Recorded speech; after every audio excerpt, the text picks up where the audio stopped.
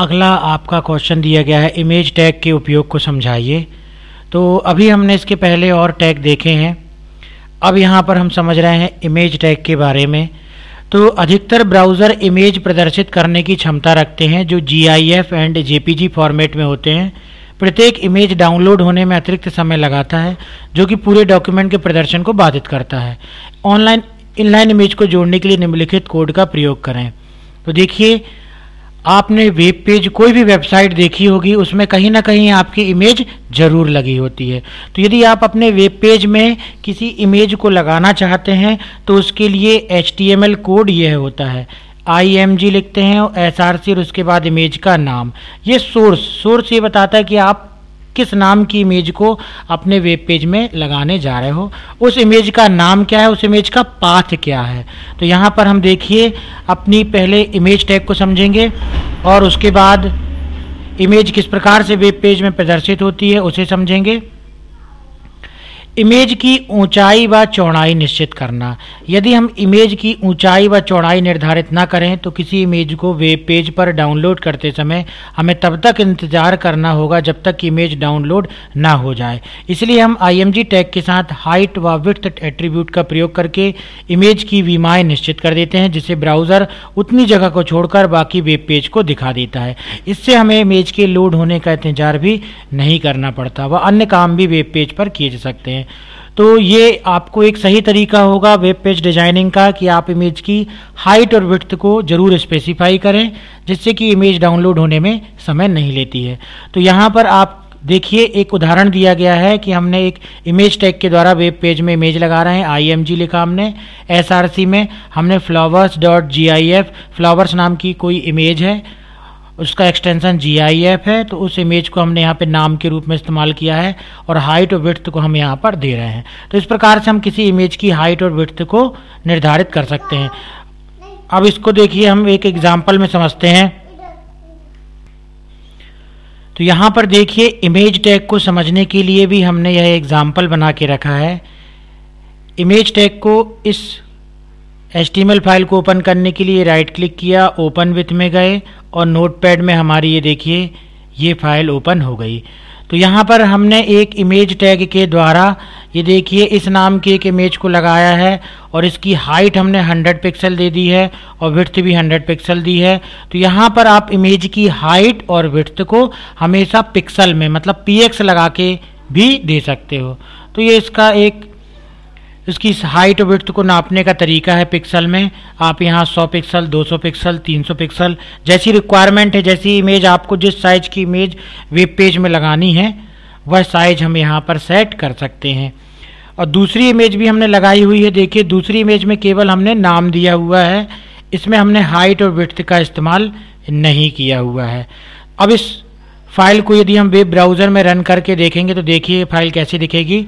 इसे रन करने के लिए इस फाइल पे हमने डायरेक्टली डबल क्लिक किया तो ये हमारी फाइल वेब ब्राउज़र में खुल जाएगी। ये देखिए, तो ये हमने इमेज ली हुई थी और इमेज हमारी इस प्रकार से दिखाई दे रही है। अब यहाँ हम अगर इसकी कोडिंग को भी समझेंगे और आउटपुट को भी देखेंगे तब हमको और क्लियर होगा। तो यहाँ पर हमने एक इमेज टैग लिया है। इमेज टैग के द्वारा ये देखिए इमेज का नाम है और इसके एक्सटेंशन को JPG लगाना ना भूलें। यदि आप एक्सटेंशन नहीं लगाते हैं या इमेज का नाम सही नहीं देते हैं तो वेब ब्राउज़र उस इमेज को नहीं ढूंढ पाएगा और इमेज डिस्प्ले नहीं होगी।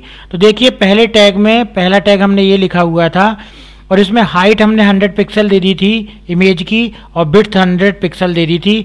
तो इमेज की हाइट विड्थ 100 पिक्सल डिस्प्ले होने के कारण लगाने के कारण यहाँ पर ये इमेज इस साइज की दिखाई दे रही है। इसी प्रकार से जो दूसरी इमेज हम यहाँ पे डिस्प्ले कराने जा रहे हैं, दूसरी इमेज भी सेम वही इमेज है क्योंकि इसका नाम वही है, लेकिन इसमें हाइट और विड्थ हमने नहीं दिया हुआ है। हाइट और विड्थ ना देने के कारण देखो ये हमारी इमेज इतनी बड़ी डिस्प्ले हो रही है। ये पूरी फुल साइज की इमेज जो है वो पूरी वेब ब्राउज़र में दिखाई दे रही है। तो जब भी आप इमेज टैग लगाएं तो जितनी आपकी रिक्वायरमेंट हो उस हिसाब से आप हाइट विड्थ आपको देना चाहिए। अब इमेज टैग का इस्तेमाल करते समय वेब ब्राउज़र में इमेज लगाते समय हमको एक चीज़ और समझनी है और वो ये है कि जिस भी फोल्डर में आपका HTML फाइल है, ये देखिए जैसे इस फोल्डर में हमने HTML फाइल रखी हुई है और अगर आप कोडिंग देखेंगे तो इस कोडिंग में ये जो इमेज का नाम है .jpg एक्सटेंशन के साथ, तो ये इमेज भी उसी फोल्डर में होनी चाहिए। और अगर ये इमेज उसी फोल्डर में नहीं है तो वो इमेज डिस्प्ले नहीं कर पाएगा वेब ब्राउज़र। अगर आप इस फोल्डर में नहीं रखना चाहते, कहीं दूसरी जगह से आप इमेज को लेके आना चाहते हैं, तो पूरा यहाँ पर इमेज का पाथ देना पड़ेगा कि आपकी इमेज सी ड्राइव में किस फोल्डर के अंदर है। और चूंकि अभी हमने इस इमेज को, ये देखिए ये है हमारी इमेज, इस इमेज को हमने इसी फोल्डर के अंदर रखा हुआ है। ये हमारे फोल्डर का नाम है ऑल HTML टैग्स फोल्डर। इसी के अंदर हमारी HTML फाइल भी है और इसी के अंदर हमारी इमेज फाइल भी है। इसी कारण से हमने यहाँ पर इमेज को रखा हुआ है और इमेज को उसी फोल्डर में रखने के कारण आपकी इमेज वेब ब्राउज़र में दिखाई देती है। जब हम यहाँ पर HTML टैग लिखते हैं तो आपको पूरा पाथ देने की ज़रूरत नहीं है। और जब भी आप सोर्स में इमेज का नाम लिखें, जैसे यहाँ पर नाम लिखा हुआ है, तो इमेज का नाम लिखने के लिए आप इमेज पर राइट क्लिक करें, रीनेम करें, कीबोर्ड से Ctrl+C दबाएं और Ctrl+C दबाने के बाद अब यहाँ पर जो भी नाम आपको लिखना, हमने तो नाम पहले से लिखा है, Ctrl+V करें, तो नाम गलत होने के चांसेस नहीं रहेंगे, जिससे आपकी हमेशा इमेज एक ही बार में वेब ब्राउज़र में प्रदर्शित हो जाएगी। तो इस प्रकार से हमने यहाँ पर इमेज को डिस्प्ले किया हुआ है और उस इमेज को भी हमने इसी फोल्डर में रखा हुआ है, जिस फोल्डर में हमारी देखिए ये इमेज टैग नाम का, ये देखिए HTML फाइल है, उसी फोल्डर में हमको इमेज को रखना होता है, तभी हमारी इमेज सही तरीके से दिखाई देती है। और इमेज का जो एक्सटेंशन होता है JPG, वो भी हमको दिखाना जरूरी होता है। तो ये था आपका इमेज टैग। अब इमेज टैग को हम एक दूसरे रूप में समझते हैं। उसके लिए देखिए आपके यहाँ पर इसमें दिया गया है किसी लिंक में इमेज को जोड़ना, मतलब इमेज का उपयोग हम हाइपर लिंक की तरह भी कर सकते हैं। ज़्यादातर इसका उपयोग वेब पेजेस में किया जाता है। आपने बहुत सी वेबसाइट में देखा होगा कि इमेज लगी हुई है और इमेज में आप कर्सर लेके जाते हैं तो हैंड जैसा बन जाता है। तो ये बताता है कि आप इस इमेज में यदि क्लिक करोगे तो वो इमेज आपको किसी दूसरे वेब पेज में या किसी दूसरे वेबसाइट पर लेकर के जाएगी। तो हम किसी भी हाइपर टेक्स्ट के साथ इनलाइन इमेज को भी जोड़ सकते हैं। यह लिंक नीले बॉर्डर में दिखाई देता है, इस पर क्लिक करते ही ये कार्य करने लगता है। तो देखिए आपको केवल करना यह है कि जो आपका इमेज टैग है, ये देखो इमेज टैग लिखा है IMG SRC और उसके बाद यहाँ पर इमेज का नाम लिखा है, उसको केवल आपको हाइपर लिंक के अंदर रखना है। ये हाइपर लिंक टैग है, इसको केवल आप हाइपर लिंक के टैग के अंदर रखना है। तो ये हमारी इमेज टैग हो गई और ये हो गई हमारी हाइपर लिंक टैग। तो हमने हाइपर लिंक टैग के अंदर इमेज टैग को रखा हुआ है। तो जब हम ये इमेज को भी हम आउटपुट में भी देखेंगे, जब इस इमेज पे हम क्लिक करें तो हम किस वेब पेज में जाएं, तो हाइपर लिंक टैग हमको href एट्रीब्यूट के द्वारा बताता है हम किस पेज में जा रहे हैं। इसमें sub.html पेज में हम अगर इस इमेज में क्लिक करते हैं तो उसमें हम पहुंच जाएंगे। तो इस प्रकार से हम किसी भी इमेज को एक हाइपर लिंक की तरह भी इस्तेमाल कर सकते हैं।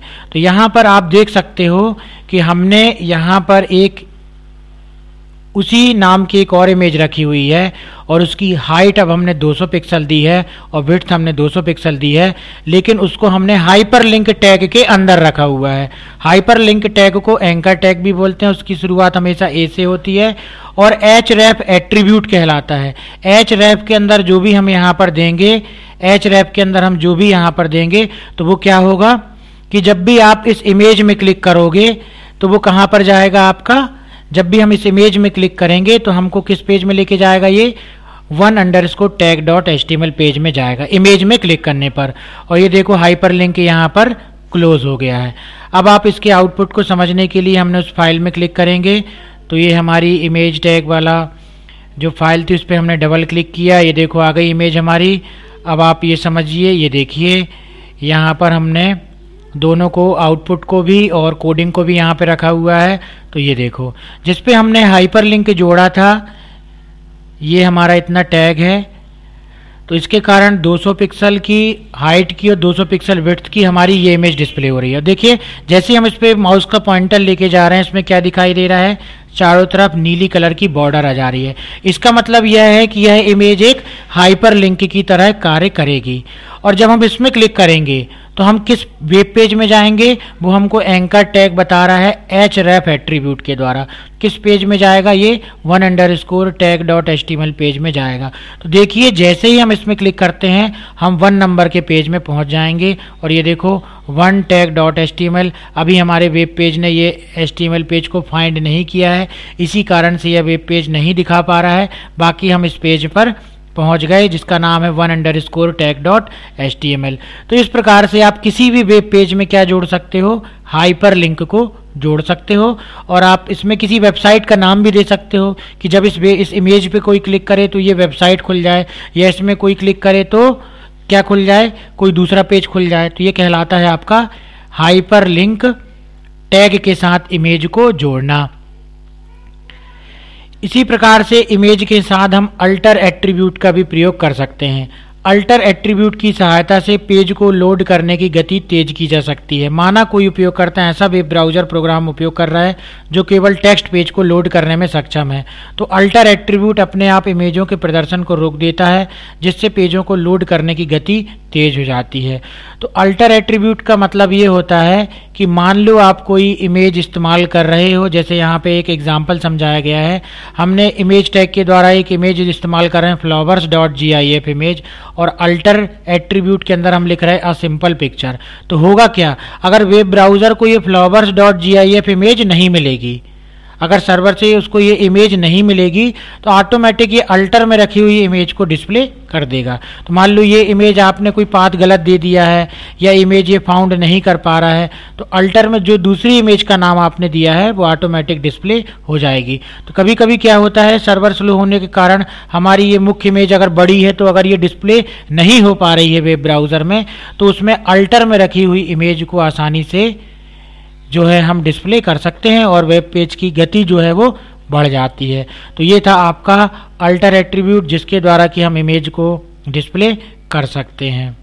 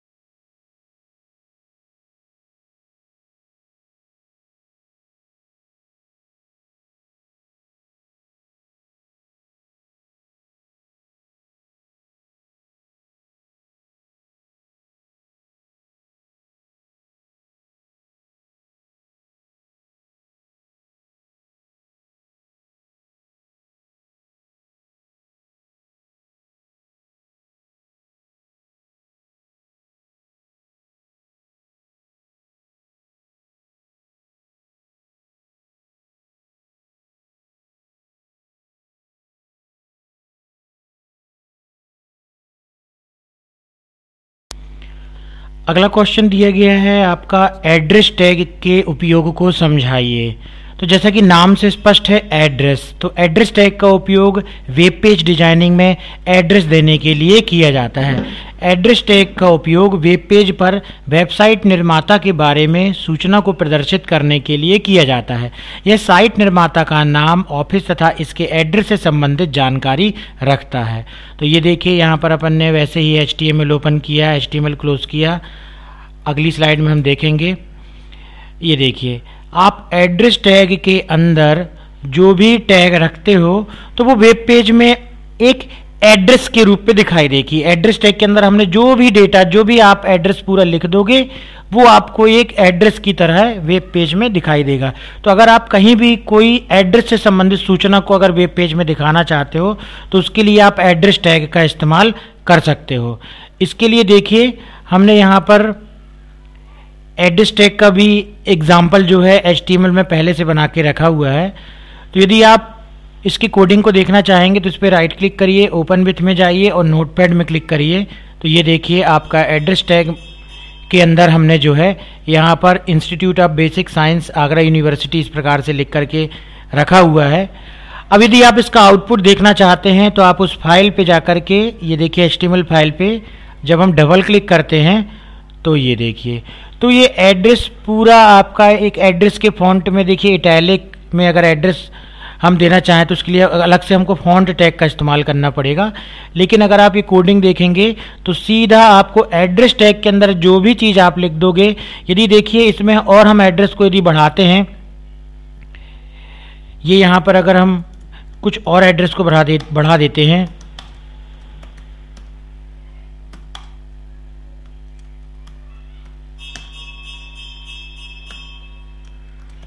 ये इसमें हमने और भी इंफॉर्मेशन को जोड़ दिया है।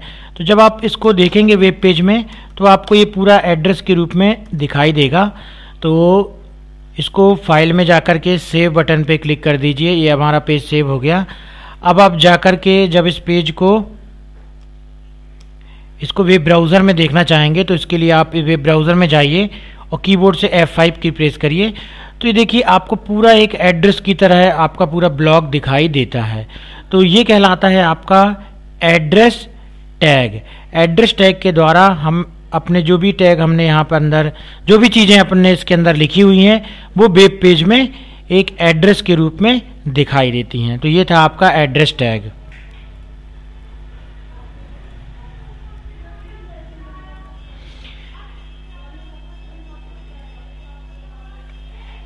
आपका अगला क्वेश्चन दिया गया है कैरेक्टर फॉर्मेटिंग से संबंधित टैग को यहाँ पर हमको समझाना है।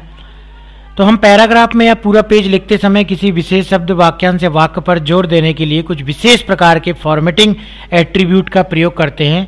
इनमें से कुछ निम्नलिखित हैं। तो देखिए आप बी, ये जो है कैरेक्टर फॉर्मेटिंग टैग के अंतर्गत आता है। बी को आप टेक्स्ट को बोल्ड करने के लिए इस्तेमाल करते हो। बी के अंदर आप जो भी लिखोगे वह किस प्रकार से दिखेगा, बोल्ड दिखाई देगा। देखिए यहाँ पर जैसे कंप्यूटर हमारा जो लिखा हुआ है बोल्ड दिखाई दे रहा है। इसी प्रकार से यू के अंदर हम जो भी चीज़ लिखेंगे तो वो हमको अंडरलाइन के रूप में दिखाई देगा वेब पेज में, यू फॉर अंडरलाइन। इसी प्रकार से हम आई के अंदर जो भी लिखेंगे वह हमको इस प्रकार से इटैलिक रूप में दिखाई देगा। इसी प्रकार से सबस्क्रिप्ट टैग का भी इस्तेमाल किया जाता है। सबस्क्रिप्ट का इस्तेमाल इस प्रकार से, जैसे हमने लिखा हुआ O2, तो इस O के नीचे हमने 2 को सबस्क्रिप्ट की तरह इस्तेमाल किया है, तो वहां पर हम ये सबस्क्रिप्ट टैग का इस्तेमाल करेंगे। इसी प्रकार से सुपरस्क्रिप्ट टैग होता है। सुपरस्क्रिप्ट टैग को समझने के लिए देखिए आप A², तो A में 2 जो है वो सुपरस्क्रिप्ट कहलाता है। इसी प्रकार से स्ट्राइक भी एक टैग होता है जिसके अंदर आप कुछ भी लिखेंगे तो एक स्ट्राइक इफेक्ट की तरह यह दिखाई देगा। इसे समझने के लिए भी हम बना हुआ एग्जाम्पल लेते हैं। तो ये देखिए ये कैरेक्टर नाम से हमारी फाइल बनी हुई है। इसे अगर आप देखना चाहते हैं तो राइट क्लिक करिए, ओपन विथ करिए नोटपैड में, ये आपकी फाइल दिखाई दे रही है। तो यहाँ पर ये देखिए, यहाँ पर हमने बोल्ड को बी टैग के अंदर लिखा हुआ है, इटैलिक शब्द को हमने आई टैग के अंदर लिखा हुआ है, अंडरलाइन को हमने यू के अंदर लिखा हुआ है। ऐसे ही सब स्क्रिप्ट में हमने सब का इस्तेमाल किया है, सुपर स्क्रिप्ट में हमने SUP लिखा है, स्ट्राइक थ्रू के अंदर हमने स्ट्राइक थ्रू लिखा हुआ है। अब आप देख सकते हैं कि जब इसका आप रिजल्ट देखेंगे वेब ब्राउज़र में, उसके लिए आपको इस फाइल पे डबल क्लिक करना है। तो ये देखिए अब यदि आपको यहाँ पर कोडिंग भी दिखाई जाए तो ये रही आपकी कोडिंग कैरेक्टर फॉर्मेटिंग की। तो ये देखिए बी इज यूज्ड फॉर, और ये देखिए बोल्ड जो लिखा हुआ है वो डार्क अक्षरों में लिखा हुआ है। यहाँ बोल्ड की जगह जो भी शब्द हम इस्तेमाल करते हैं वो हमको यहाँ पर बोल्ड दिखाई देता है, वेबसाइट में अलग से वेब पेज में डार्क रूप में दिखाई देता है। ऐसे ही हमने आई के अंदर लिखा हुआ इटैलिक, तो ये देखो ये इटैलिक मतलब थोड़ा सा तिरछा अक्षरों में दिखाई दे रहा है। इसी तरह यू टैग के अंदर जो शब्द हमने लिखा हुआ अंडरलाइन, वो हमको अंडरलाइन के रूप में दिखाई दे रहा है। ये देखिए टेक्स्ट के नीचे अंडरलाइन आ रही है। इसी प्रकार सब इज यूज्ड फॉर सबस्क्रिप्ट, तो देखो यहाँ पे आउटपुट में सब is used for subscript. Subscript थोड़ा सा फॉन्ट उसका नीचे की तरफ दिखाई दे रहा है, उसका टेक्स्ट हमको नीचे की तरफ दिखाई दे रहा है। तो इसका उपयोग ज़्यादातर केमिस्ट्री फार्मूले के लिए इस्तेमाल किया जाता है। जैसे यदि आप यहाँ पर केमिस्ट्री फार्मूले में हम यदि इसको इस्तेमाल करते हैं तो हम यहाँ पर अगर लिखना चाहते हैं H2SO4, H2SO4, तो यदि 2 और 4 को हम सबस्क्रिप्ट के रूप में दिखाना चाहते हैं तो इसको हमको लिखना पड़ेगा यहाँ पर, ये सब टैग को इस प्रकार से हमको लिखना पड़ेगा और इसी प्रकार से हमको सब को क्लोज करना पड़ेगा। ये देखिए, और यहाँ पर हमने इसको क्लोज कर दिया। इसी प्रकार से 4 को यदि हम नीचे दिखाना चाहते हैं तो ये 4 को भी हमको इस प्रकार से लिखना पड़ेगा। हमने इसको सेव कर दिया यहाँ से जा कर के, और सेव करने के बाद इस पेज को हमने रिफ्रेश कर दिया। रिफ्रेश करने के लिए हमने इस बटन पे क्लिक किया तो ये देखिए आप H2 हमारा क्यों आया, क्योंकि उसको हमने सबस्क्रिप्ट टैग के अंदर लिखा। 2 हमारा नीचे इसलिए दिख रहा है क्योंकि उसको हमने ये देखिए सबस्क्रिप्ट टैग के अंदर लिखा हुआ है। इसी प्रकार से 4 भी नीचे इसलिए दिख रहा है क्योंकि उसको हमने सबस्क्रिप्ट टैग के अंदर लिखा हुआ है। तो ये कहलाता है आपका सबस्क्रिप्ट टैग। इसी प्रकार से सुपर स्क्रिप्ट के लिए भी आप जो भी सुपर SUP और SUP के अंदर लिखेंगे तो वो आपका कहाँ दिखाई देगा, नीचे दिखाई देगा। तो ये कहलाता है हमारा कौन सा टैग, सुपर स्क्रिप्ट टैग। तो सुपर स्क्रिप्ट टैग के बाद जो है अगला क्वेश्चन आपका दिया गया है, बॉडी बैकग्राउंड टेक्स्ट व लिंक का रंग निश्चित करने वाले टैग को समझाइए। तो हम बॉडी टैग के निम्न एट्रीब्यूट की सतह से ही बैकग्राउंड टेक्स्ट और लिंक का रंग बदल सकते हैं। एट्रीब्यूट इस प्रकार है, बीजी कलर के द्वारा आप पूरे बैकग्राउंड का रंग बदल सकते हैं। टेक्स्ट एट्रीब्यूट के द्वारा आप जो भी वेब पेज में टेक्स्ट दिखाई दे रहा है उसका कलर बदल सकते हो। और लिंक एट्रीब्यूट के द्वारा हम जो भी हाइपर लिंक अपने वेब पेज में प्रदर्शित करने जा रहे हैं उसका भी लिंक बदल सकते हैं। तो आप यहाँ पे देख सकते हो पूरे बॉडी टैग के अंदर आप ये बीजी कलर एट्रीब्यूट का इस्तेमाल कर रहे हैं, यहाँ पे टेक्स्ट एट्रीब्यूट का इस्तेमाल कर रहे हैं, यहाँ पे कलर टेक्स्ट में आपको कलर नेम देना पड़ेगा और लिंक एट्रीब्यूट का इस्तेमाल करें। उसका एग्जांपल इस प्रकार है, बॉडी बीजी कलर अगर हमने एक्वा दे दी, टेक्स्ट का कलर रेड दे दिया और लिंक दे दिया ग्रीन। तो इस प्रकार से जब आप बॉडी को देखोगे तो उसमें वह इफेक्ट दिखाई देगा जैसा कि आपने यहाँ पे एट्रीब्यूट इस्तेमाल किए हैं। इसको समझने के लिए भी हमने एक फाइल बनाई हुई है यहाँ पर HTML की पहले से। यदि आप इस फाइल का कोडिंग देखना चाहते हैं तो राइट क्लिक करिए, ओपन विथ में जाइए और नोटपैड में देखिए, ये देखिए आपकी कोडिंग दिखाई दे रही है। यहाँ पर जैसे ही बॉडी हमारा टैग स्टार्ट हो रहा है, बॉडी टैग के अंदर एट्रीब्यूट हम लिख रहे हैं बीजी कलर, और बीजी कलर में हमने लिख दिया एक्वा। इसको आपका इन्वर्टेड कॉमा आपको सुधारना पड़ेगा, यहाँ पर इन्वर्टेड कॉमा हम सुधार देते हैं, ये देखिए। उसके बाद हमने यहाँ पे लिखा है text is equal to red, तो यहाँ पर हमारा जो भी वेब पेज में आप टेक्स्ट इस्तेमाल करोगे वो रेड होगा, और लिंक हमने यहाँ पे इस्तेमाल कर दी है ग्रीन। तो इस प्रकार से आपका जो भी लिंक का कलर है, हाइपर लिंक का कलर है, वो ग्रीन कलर का आएगा। तो फाइल में सुधार करने के बाद हमने फाइल में जाकर के इसको सेव कर दिया। तो ये बॉडी टैग के साथ आप बीजी कलर बैकग्राउंड का कलर निर्धारित करने के लिए टैग इस्तेमाल कर सकते, एट्रीब्यूट इस्तेमाल कर सकते हो। इसी प्रकार से टेक्स्ट एट्रीब्यूट इस्तेमाल कर सकते हो, उसकी वैल्यू आप कोई भी रंग के रूप में ले सकते हो। और इसी प्रकार से लिंक एट्रीब्यूट का भी इस्तेमाल किया जा सकता है। अब इस फाइल को रन करने के लिए हम बॉडी नाम की जो फाइल है इस पर डबल क्लिक करेंगे तो ये देखो आपकी बॉडी फाइल यहाँ पर आ गई। तो ये देखिए, अगर आपको हम कोडिंग भी यहाँ पर दिखाएंगे तो ये कोडिंग है आपकी और उसका आउटपुट आपको यहाँ पर दिखाई दे रहा है। तो ये देखिए बॉडी का बीजी कलर हमने एक्वा दिया था, तो पूरे बैकग्राउंड इसका हमारे बॉडी का कलर एक्वा आ गया। टेक्स्ट का कलर हम रेड दे रहे थे, तो ये देखिए टेक्स्ट का कलर भी रेड आ गया, और हाइपरलिंक का कलर ग्रीन दे रहे थे, तो चूंकि हमने इसमें कोई भी हाइपरलिंक इस्तेमाल नहीं किए, इससे कोई भी कलर नहीं आ रहा है। और अगर हम इसमें हाइपरलिंक इस्तेमाल करते तो इसका कलर क्या आता, ग्रीन आता। तो इस प्रकार से हम HTML में वेब पेज को डिज़ाइन करने के लिए बहुत सारे कैरेक्टर फॉर्मेटिंग से संबंधित टैग का इस्तेमाल कर सकते हैं। इस स्लाइड में हम देखेंगे किस प्रकार से HTML के द्वारा किसी वेब पेज के बैकग्राउंड में हम किसी इमेज का प्रयोग कर सकते हैं।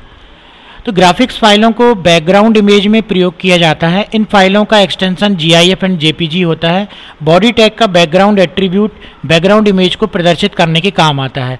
तो जैसे अभी तक हमने HTML में केवल बॉडी लिखते थे, तो बॉडी टैग के साथ हम उसका एक एट्रीब्यूट भी इस्तेमाल कर सकते हैं जिसका नाम है बैकग्राउंड, और उसके बाद हम उस इमेज फाइल का नाम देते हैं, जिससे कि पूरे वेब पेज की बॉडी में हमको एक इमेज दिखाई देती है।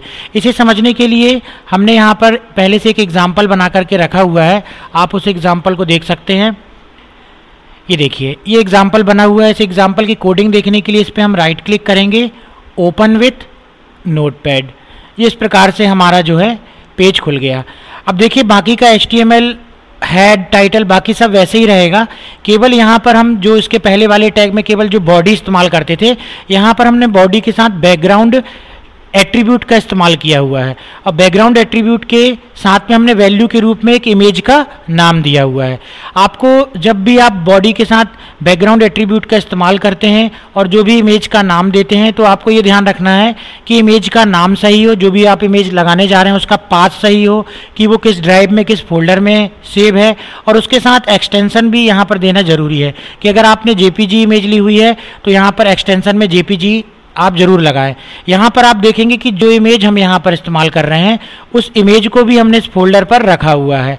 तो यदि आप इस फोल्डर में इस इमेज को रखते हैं तो आपको यहाँ पर जो है इमेज का पूरा पाथ देने की जरूरत नहीं है, डायरेक्ट आप नाम दे करके भी और बैकग्राउंड में इमेज को डिस्प्ले कर सकते हैं। अब आप देखिए, यदि हम इस फाइल को रन करना चाहते हैं तो इस फाइल को रन करने के लिए हमने इस HTML जो है फाइल बनी हुई है इस पर डबल क्लिक किया।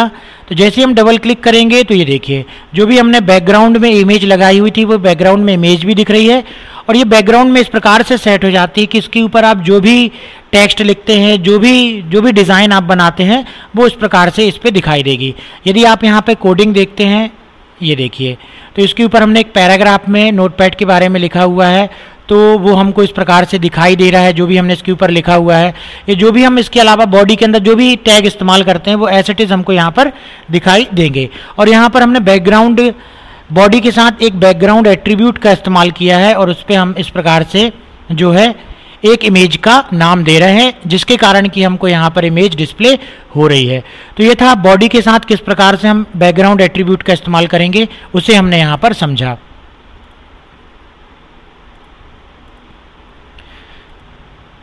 अगला टैग हम समझते हैं हाइपरलिंक टैग। क्वेश्चन दिया गया है हाइपरलिंक टैग को समझाइए। तो हाइपरलिंक टैग क्या होता है उसे हम समझते हैं। HTML की एक शक्तिशाली विशेषता है कि हम अपने दस्तावेज के किसी पाठ या चित्र को किसी अन्य दस्तावेज या उसी दस्तावेज को आप इंग्लिश में डॉक्यूमेंट भी बोल सकते हो, डॉक्यूमेंट के किसी अन्य भाग से लिंक कर सकते हैं।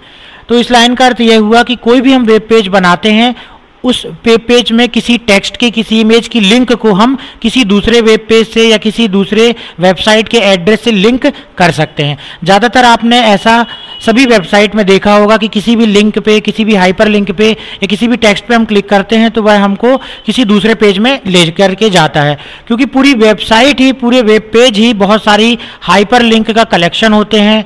हम हाइपर लिंक में क्लिक करके एक वेब पेज से दूसरे वेब पेज में जा सकते हैं, फिर दूसरे वेब पेज से पहले वाले वेब पेज में वापस आ सकते हैं। इसलिए हाइपर लिंक टैग भी बहुत महत्वपूर्ण टैग होता है।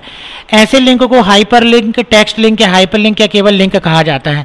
ऐसे लिंक को पहचानने के लिए या तो किसी विशेष रंग में उभारा जाता है या रेखांकित किया जाता है। तो हाइपर लिंक अलग से दिखाई दे इसके लिए जैसे ही हम हाइपर लिंक का इस्तेमाल करते हैं तो वैसे ही वो अंडरलाइन के रूप में दिखाई देता है। जब माउस पॉइंटर को ऐसे किसी